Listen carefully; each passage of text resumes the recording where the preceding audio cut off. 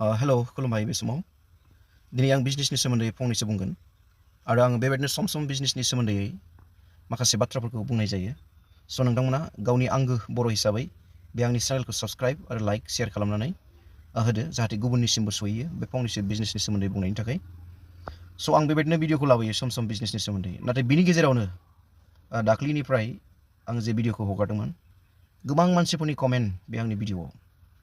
स' ओरैबायदि दुखुनांथाव कमेन्ट खालामदों सानैसो ब्रादारफ्रा, आंनि गोसोआव दुखु मोनदों जे बिथांमोना गोबां खस्थ'नि गेजेरजों मोनसे बिजनेसखौ सेटआप खालामो। नंगौ, मोनसे बिजनेसखौ फसंनो थाखाय गोबां खस्थ'नि गोनां। बे बिजनेसखौ सेटआप साक्सेसफुल खालामनो थाखाय गोबां खस्थ' नांगौ। दिनै गोबां मानसिफ्रा सानो हास्थायो, नाथाय बिजनेसखौ सेटआप खालामनोनो जुरिजेननोनो हाया, ओरैबायदि अबस्था। स' बेनिखायनो आं बे भिडिअनि गेजेरजों नोंथांमोननि सिगाङाव बुंनो सानबाय, दिनै जोङो गुबुन हारिखौ नायोब्ला गोसोम, गोजा, गुफुर बहुद हारिफोर दङ, आं नामखौ बुंला बिसोरो मा खालामो, जाथि टु जाथि बारस्लायलायनाय मोनसे बिजनेसखौ खालामो बिसोरो। नाथाय जोंनि गेजेराव दिनै जों नुनो मोनाखै दै बिदि बिजनेसावहाय बेबायदि गोबां खस्थ'जों भुगिनांनानै दं। आं बारे बारे भिडिअआव बुङो बिजनेसाव जोंनि गभर्नमेन्टआबो बिनि गेजेराव बिजनेसनि थाखाय दिनैसिम रावखौबो मोजां मोनसे साजेसन एबा बुंनायखौ आं नुनो मोनाखै। बेनिखायनो आङो दिनै बुंगोन, मानोना जोंनि गेजेराव बेबायदि बिजनेसनि सोमोन्दै बुंग्रा नांगौ। आं हानायखिनिखौ बुंगोन आंनि थौले मेलेमजों। जोङो दिनै जोंनि बर' हारिया, जोंनि इउथ्सफ्रा गोबां टेलेन्ट जाबाय बा गोरों गोरा बिराद ओंखारबाय, बिराद नाजायो जोंनि बर'फ्रा, बिराद हास्थायो बिजनेस खालामनो थाखाय। नाथाय मा खालामो, लामा ससेयाव थुंगेनानै थाङो। मानोना बिनि जाहोन दङ, थुंगेनायनि एबा बिजनेसा थैलांनायनि जाहोन दङ। जाहोना जाबाय, जोंनि हारिया जुदि गावजों गाव जुदि जाथिजों सहाय होज्लायाबानो बे बिजनेसा थुंगेनानै थाङो। जोङो दिनै नुनो मोनो ना गुबुनफोरखौ गावसिनि जाथिजों जाथि सहाय खालामनानै बायलायो बिसोरो। बिसोरनि बिजनेसा ओरैबायदि मोजां लं टाइम जोरलाङो। जोंनिया मा, गावनि हारिनि बिजनेस मावनाय नुयोब्ला बेखौ सिथारनोसो खायदा खालामो एबा बिनि बिजनेसखौ थैजानोसो लुबैयो। बिदि नङा। बेनिखायनो आङो खावलायो गासै जोंनि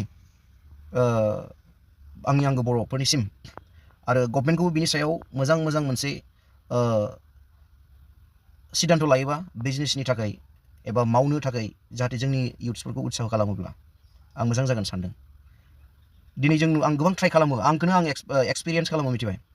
दिनै आंहा गोबां चेनेल दं, जेनेबा आङो मेनुफेक्सारारनिफ्राय लानानै जेनेबा गार्मेन्ट्सनि होन, भेजिटेबलनि होन, जेनेबा फ्रुट्सनि होन, नाना रोखोम बेबायदिनो कस्मेटिकनि होन, बेबायदि गोबां मेनुफेक्सारारफोर जोंहा चेनेल दं।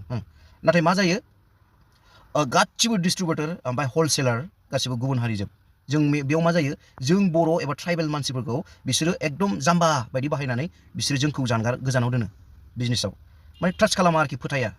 स' बेनि गेजेराव मा खालामनांगौ, जोंनि 100%आव जोंनि जेनेबा 100% बिजनेसमेनफोरनि गेजेराव जोंनि बर'आ 10%बो गैया होनजायो, अब्लाबो आं बुंबाय 10% दङ। नाथाय बिनि गेजेरावनो जुदि जोंनि बर'आ जुदि सोरबा सासे हलसेलारनाव थांनानै माबा मोनसे जुदि बे साप्लाइनि थाखाय नोंखौ खावलायोब्ला रिसिभार खालामनो, अब्ला बेयाव फार्स्ट प्रायरिटि जोंनि बर' मानसिया बर'खौ होनांगोन, मिथिबाय। दामा जिखुनुआनो जाया, बेयाव दामा नोंथाङा बेखौ बार्गेनिं खालामबानो माखासे दामा मिलायो। नाथाय नोंथाङा दा सानसे बर' मानसि हिसाबै दामखौ बारा लागोन, बेबो भुल। बेनिखायनो आं खावलायो गासै जोंनि बेबायदिनो फालांगि खालामग्राफोरखौ, जाहाथे गावजों गाव जाथिनि सहायखौ साननानै फार्स्ट प्रायरिटिखौ जोङो बर' मानसि जुदि होलायोब्ला आं सानो जोंनि बिजनेसा आस्ते दावगागोन। आरो जायफोर आनइमप्लय, गोबां बिदिनो लेखा फरायनानै दिनै जब मोनाखै, साख्रि मोनाखै, बिथांमोनाबो बिजनेसाव एंगेज जानानै आस्ते जौगागोनखौ आं नुहुरो आरोखि। दिनै नाजायो जोंनि इउथ्सफ्रा गोबां खस्थ' नाजायो, नाथाय बेबायदि फेलार जानायनि गेजेरजों जोंनि बर'फोरनि इउथ्सफोरनि जेनाखि बिजनेस मावनो थाखाय साननाया बेबायदि गोसोआ बायलाङो आरोखि। स' बेनिखायनो जों गावजों गाव फार्स्ट प्रायरिटि, बर'जों बर' जों हेफाजाब खालामलायनो फै। बेनिखायनो आं बयखौबो खावलायबाय बे भिडिअनि गेजेरजों।